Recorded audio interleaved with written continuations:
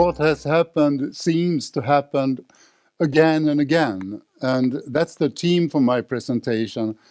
I don't usually have papers to read from when I'm going to talk, but this time I have to, because this is the first time.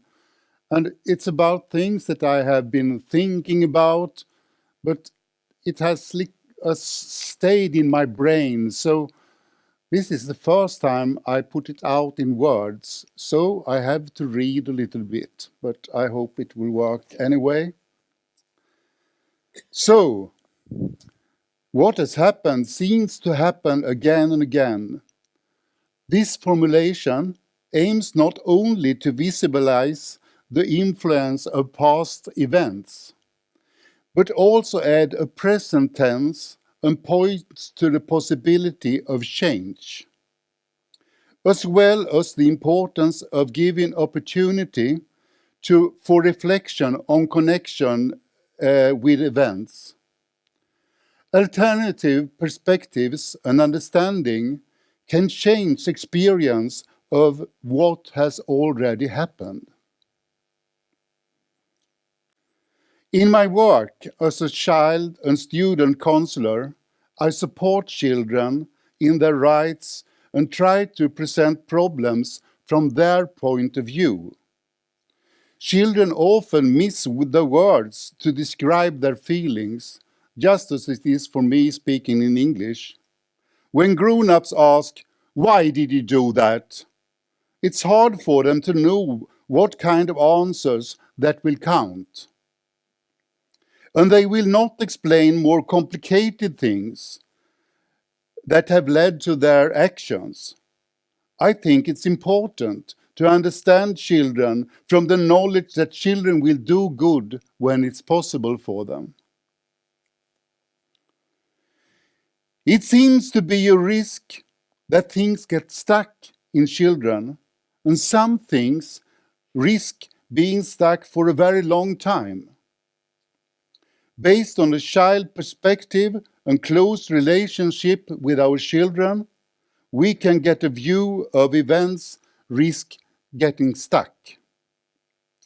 A woman I once met, she was about 50 years old, told me that she had never sang a single note for her whole life. And that was because she was asked just to move her lips in the school choir. The teacher didn't want her to be heard, and since then she hadn't sang a single note. We tried to sing a little bit together, she and me, very quiet, but we tried. Perspectives on oneself and others, and some kind of understanding of life make difficult events easier to manage when one first suffers, but it's never too late. During periods, explanations from previous difficulties has almost been ridiculous, and as if there was a contrast between doing your best and respecting yourself based on the journey you had through life. The risk is that you then try to ignore early difficult experiences, which is impossible, as everything seems to happen to us again and again. We are all the sum of our lives. There are many examples of people who, despite early difficulties, have succeeded in life. But when should that be clarified? Anyone who seems to stand strong can be flooded by waves from the past of any time.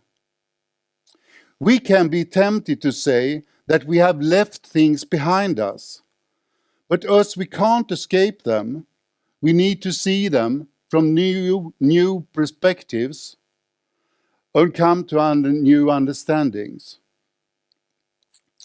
A stressed life with education, work and family means that we often do not have the opportunity to reflect on those we were and why we were as we were, We can live a whole life in some way beware of things we do not understand.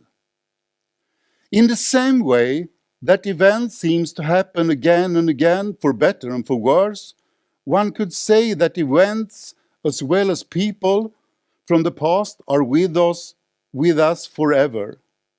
Wise words can be with us and make us see opportunities. Having felt loved can be me feeling loved. Early disappointments can get stuck, as when a little girl's dad just disappeared. He often shared his love for the little girl, and he just disappeared from her life. Perhaps she felt abducted. Perhaps it led to difficulties daring to trust in love relationships when the little girl became an adult. But as I imagine, things not only happened, but happens all the time, and in new perspectives on event and respect for the pain it's given, it can ease the experience. Really strong and difficult experiences are likely to be the basis of our actions, even if reasons says otherwise. We need to stop and find out what affects us. We need to replace our old understanding with more mature understanding. Some of us bear with us understanding of events we had as children, and without changing it, it will still be as scary as it was for the child that was once afflicted. All of us are now and then vulnerable in life, and our children are always vulnerable. We need to take time for conversation with our children. We need to give children perspectives on themselves and on others.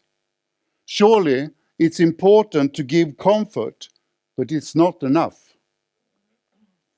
Some of the perspectives we need to handle in life are needed to acquire over time.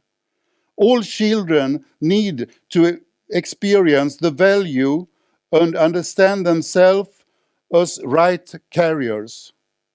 Children need to incorporate a relational perspective based on experience of being able to influence how it becomes in interaction with others. Even the absence of these perspectives happen to us over and over again. But it's never too late, only harder over the years. My experience is that the human vision we carry with us can support or be in the way to understand others.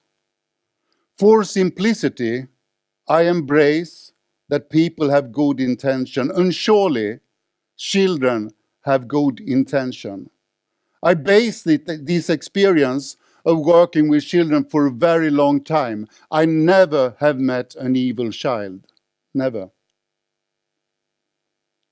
But children who are not allowed to come to their right and blossom to their potential can come to carry with them experiences that result in evil actions.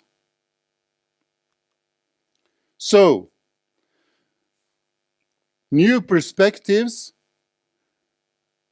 can change the experience of things that have happened, which can be important, as what has happened to us has not only happened, but seems to happen to us over and over again.